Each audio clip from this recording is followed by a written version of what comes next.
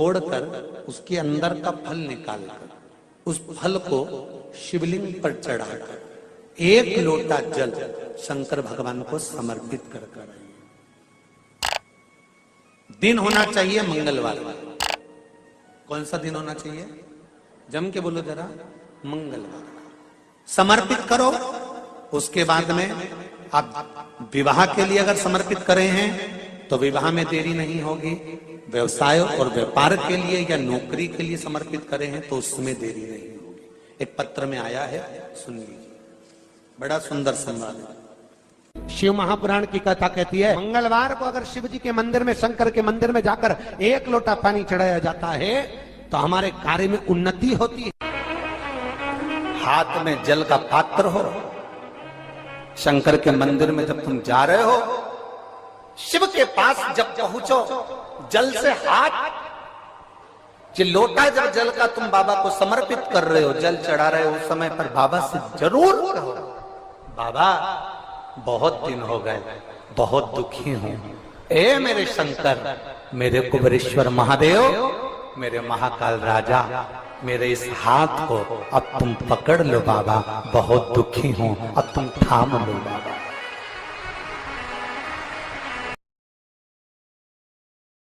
दुनिया के लोग नहीं समझते कि शंकर पर जल चढ़ाने का क्या लाभ है। शिव महापुराण कहती है, अगर एक दिन, शिव महापुराण की कथा कहती है, मंगलवार को अगर शिव जी के मंदिर में, शंकर के मंदिर में जाकर एक लोटा पानी चढ़ाया जाता है तो हमारे कार्य में उन्नति होती है।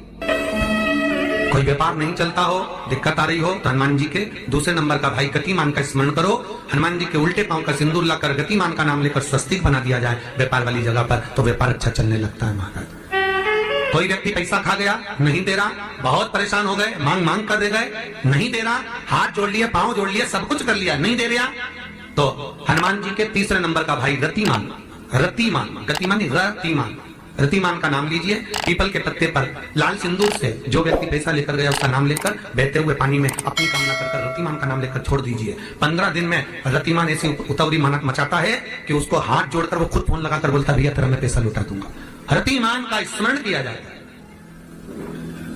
रतिमान, ध्यान दीजिएगा, हनुमान का एक स्मरण, पंचमुखी हनुमान का एक भाव।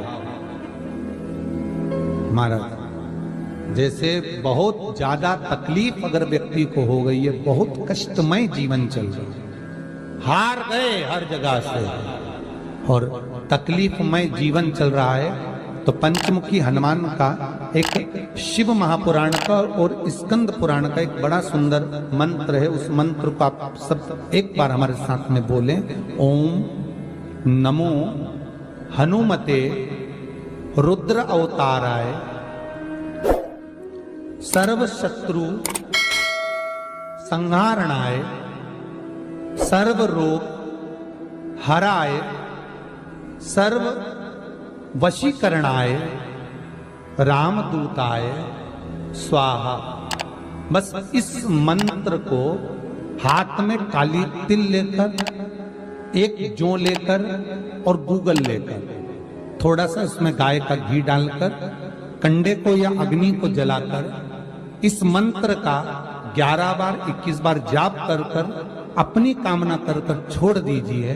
कैसा भी रोग हो, बीमारी हो, कष्ट हो, दुख हो, तकलीफ हो, 21 दिन के अंदर वो आनंद आना प्रारंभ कर देता है महाराज। इस मंत्र, स्कंद पुराण का, शिव महापुराण का ये मंत्र मूल पंचमुखी हनुमान सुख देंगे। और एक और चीज याद रखिए महाराज,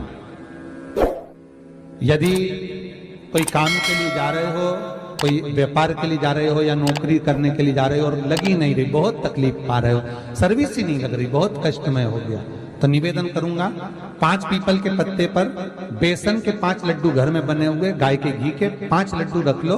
उस लड्डू के बीचों बीच एक आटे का दिया और उसमें तिल्ली का तेल डालकर इसी मंत्र का प्रयोग कर कर पंचमुखी हनुमान का किसी भी हनुमान के मंदिर में जाकर, दक्षिण मुखी हनुमान के मंदिर में जाकर उसको रख कर आ जाइए। इसके बाद आप उस काम के लिए जाइए, आपका काम सफल हो जाएगा। आपको किसी को नहीं कहना पड़ेगा कि हाथ जोड़ना नहीं पड़ेगा, किसी के पांव नहीं पड़ना पड़ेंगे, तुरंत काम होगा।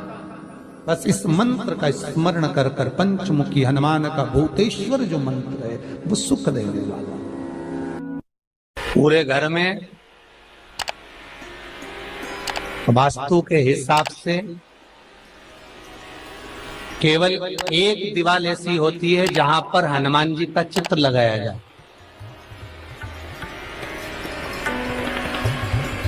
चाहे तुम पर्वत उठाने वाला चित्र लगाओ हनुमान जी का, चाहे बैठे हुए लगाओ, चाहे रामायण पढ़ने वाला लगाओ, चाहे लंका दहन करने वाला लगाओ, चाहे राम नाम जपने वाला लगाओ, चाहे लक्ष्मण को संजीवनी देने वाला लगाओ, चाहे मौन मुद्रा में लगा दो, चाहे स्तुति में लगा दो, चाहे भजन में लगा दो। हनुमान जी का कोई भी चित्र लगता है तो ना पूरब में लगेगा, ना पश्चिम में लगेगा, ना दक्षिण में लगेगा। हनुमान जी का अगर चित्र लगता है तो उत्तर की दीवार में दक्षिण को देखते हुए लगता है, केवल एक ही स्थान।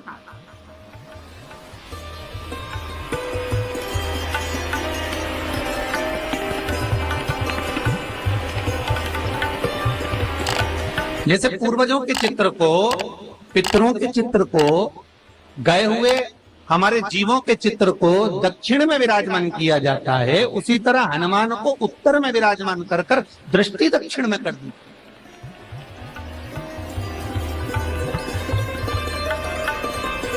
घर में हनुमान जी के जितने फोटो होते हैं उसको केवल दक्षिण दिशा में लगा, उत्तर दिशा में लगा बिठाते थे, और दक्षिण की ओर उनकी दृष्टि होना चाहिए, दक्षिण की ओर उनका मुख होना चाहिए।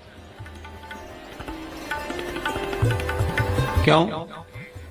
महाराज, अगर व्यक्ति के जीवन में कोई बीमारी आने वाली है, व्यक्ति के जीवन में कोई रोग आने वाला है, व्यक्ति के जीवन में अगर कोई कष्ट आने वाला है, व्यक्ति के जीवन में अगर कोई परेशानी आने वाली है, व्यक्ति के जीवन में कोई एक्सीडेंट का योग भी बनने वाला है, तो शास्त्र कहता है वो दिशा दक्षिण से ही बनता है।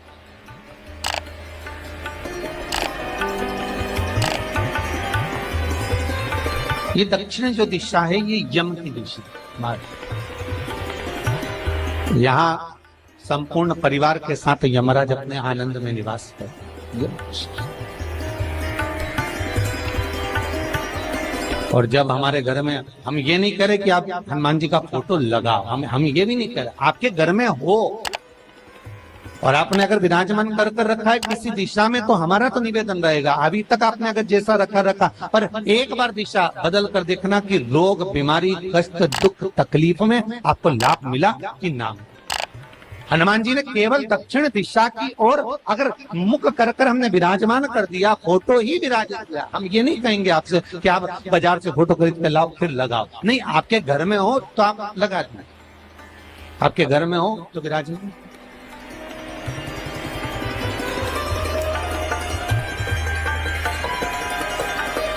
अच्छा, कितनी विपरीतता है वो भी आप जरा जानिएगा महाराज, कि शंकर भगवान के ऊपर जो जल चढ़ाया जाता है उसकी जलाधारी उत्तर में जाती है महाराज। भगवान शिव का जो जल जा रहा है वो उत्तर की ओर जा, और हनुमान जी को उत्तर में विराजमान कर कर मुख दक्षिण की ओर कर। क्यों? प्रबल दिशाओं में उत्तर और दक्षिण महाराज, ये जो दो दिशाएं, इनको साधने के लिए कोई देवता आगे नहीं। अगर इन दिशाओं को कोई साधने वाला है तो केवल एक देवाधिदेव महादेव ही हो सकता। काल का हरण करने वाला वो महान काल ही हो सकता। शंकर का ही एक अवतार है हनुमान जी महाराज, रुद्र अवतार महाराज। हनुमान जी से कहा तुम दक्षिण की ओर दिशा पर संभालिए, शिव जी कहते हैं मेरा जल जब उत्तर की ओर जाएगा तो इस दिशा को मैं संभालू, चिंता ना करिए। जो स्मरण करने वाला होता है, भजन करने वाला होता है, कीर्तन करने वाला होता है, नाम जाप करने वाला होता है, उसका भी शास्त्र विधान करता है, उसका भी व्याख्यान वर्णन करता है कि जैसे एक दिशा के रूप में हनुमान जी महाराज को विराजमान कर कर दक्षिण की दिशा पर हम विजय, अर्थात रोग पर, बीमारी पर, कष्ट पर, तकलीफ पर हम विजय प्राप्त कर सकते। ऐसा नहीं कि ऐसा कोई रोग नहीं जिसकी दवा नहीं है, पर जब तक भगवान की कृपा नहीं होगी तब तक कोई औषधि मिल सकती नहीं, कुछ प्राप्त नहीं हो सकता। जब भगवान करुणा करते हैं तो आप रूप कुछ ना कुछ सुख की अनुभूति हो जाती है, अपने आप सुख का भान हो जाता है। तो जैसे दक्षिण का जो स्वामी तत्व है, दक्षिण पर जो दृष्टि देने वाला श्री हनुमान जी महाराज है, इसलिए हनुमान जी को उत्तर की दीवार पर विराजमान कर कर उनका मुख दक्षिण की ओर रखा जाता है। वास्तु शास्त्र के हिसाब से, वास्तु नियमों के हिसाब से सारे फोटो कहीं पर भी लगा सकते हो, पर हनुमान जी का अगर फोटो तुम्हारे घर में है, हनुमान जी अगर तुम्हारे घर में विराजमान है, हनुमान जी का चित्र तुम्हारे घर में विराजमान है, तो उसका मुख दक्षिण का होगा, तो रोग, बीमारी, तकलीफ, कष्ट ये सब दूर हटते। कई लोग प्रश्न करते हैं, गुरुजी आप कहते हो कि हनुमान जी महाराज शंकर भगवान का एक अंश स्वरूप है, एक अंश स्वरूप। पूरी शिव महापुराण की कथा को उठाकर देखिए, स्कंद पुराण को, मत्स्य पुराण को, कूर्म पुराण को उठाकर देखिए। एक बाणासुर का चरित्र और एक श्री हनुमान जी महाराज का चरित्र बहुत सुंदर सुंदर। शिव का एक अंश माता अंजना के तप साधना से शिव की प्रागट्यता और शंकर भगवान की प्रागट्यता से शंकर का स्वरूप प्रकट हो। इसीलिए तो कहते हैं शंकर सुमन केसरी।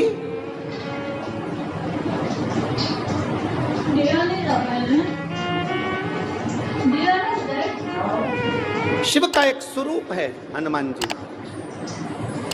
हम तो हमेशा कहते हैं अगर आप हनुमान जी का भी दर्शन कर रहे हैं तो ये अंदाजा लगा कर रखें कि आप शंकर का दर्शन कर रहे हैं। आप शंकर का दर्शन कर रहे हैं तो ये अंदाजा लगा कर रखें कि आप हनुमान जी का दर्शन कर रहे हैं। सब एक, कोई भेद नहीं, सब एक, कोई भेद नहीं। देवताओं, आप एक बेलपत्र, जैसे आप एक बेलपत्र कि ये दो जो पत्तियां होती हैं, जरा ध्यान देंगे, ये दो जो पत्ती नीचे की रहती है बेलपत्र, आगे का भाग एक बेलपत्र और नीचे की जो ये दो पत्तियां होती हैं, इन दो पत्तियों के ऊपर एक एक शमी पत्र। ये दो जो पत्तियां हैं, इन पत्तियों के ऊपर एक एक शमी पत्र और लाल चंदन ये रखकर कितना भी रोगीला व्यक्ति हो, रोग से ग्रसित व्यक्ति हो, जिंदगी में कितना ही दुख पड़ रहा हो, बेलपत्र की ये दोनों पत्ती जिसके ऊपर शमी पत्र रखकर, लाल चंदन रखकर श्री हनुमान जी महाराज और हनुमान जी महाराज के तीसरे नंबर के भाई श्री गतिमान जी। हनुमान जी कितने भाई हैं? 6। उसमें हनुमान, रतिमान, प्रतिमान, मतिमान, गतिमान, तो जो नीचे के क्रम में आते हैं श्री गतिमान जी, उन गतिमान जी और हनुमान जी का नाम लेकर जो शिवलिंग के ऊपर समर्पित कर देता है, रोग का निवारण होता ही है, रोग मुक्ति होती है। मंगल का प्रदोष निकाल कर रख लो कि मंगल का प्रदोष इस दिन पड़ रहा है, मंगल की त्रयोदशी तिथि पड़ रही है, प्रदोष व्रत मंगलवार का पड़ रहा है। और जिन लड़का लड़की को मंगल होते हैं, जिन कन्या और वर को मंगल होते हैं, केवल शंकर भगवान के मंदिर में जाकर चौमुखी दिया, 4 बत्ती का दिया आटे का, उसमें घी डालकर लड़की शंकर भगवान के मंदिर में मात्र 7 बार शंकर पे से उतार कर 3 बार स्वतः उतार कर शिव के मंदिर में रख देती है, उसका मंगल आड़े आता ही नहीं है, मंगल नहीं आता संग। मंगल प्रदोष व्रत का इतना महत्व है महाराज। जब जिस महीने में जो प्रदोष पड़ा करे, जब प्रदोष पड़े, बन सके 1 बेलपत्र, बन सके 5 बेलपत्र, शमी पत्र, हरे मूंग, हरा मूंग, बेलपत्र, एक कलश के अंदर थोड़ा सा पानी लेकर 1 बेलपत्र, हरा मूंग, शमी पत्र डालकर और उसमें थोड़ा सा गुड़ डालकर भगवान शिव का स्मरण कर कर प्रदोष काल में, मान लो कोई काम आपका बहुत जरूरी है, बहुत दिनों से आप थक गए हैं, नहीं हो रहा, कर्जा बढ़ रहा है, धन नहीं आ रहा, व्यापार नहीं चढ़ रहा, या कोई समस्या बहुत प्रबल है, कोई एग्जाम में बैठ रहे हो नहीं हो रहा, परीक्षा भी दे दी है, रिजल्ट आने ही वाला है, तो भी प्रदोष काल में, प्रदोष के समय वो जल मूंग, समीपत्र और बेलपत्र और गुड़ का शंकर के शिवलिंग को समर्पित करना प्रारंभ कर दो। 2 या 3 प्रदोष करोगे, बाबा आपकी मनोकामना शीघ्र पूर्ण कर देगा।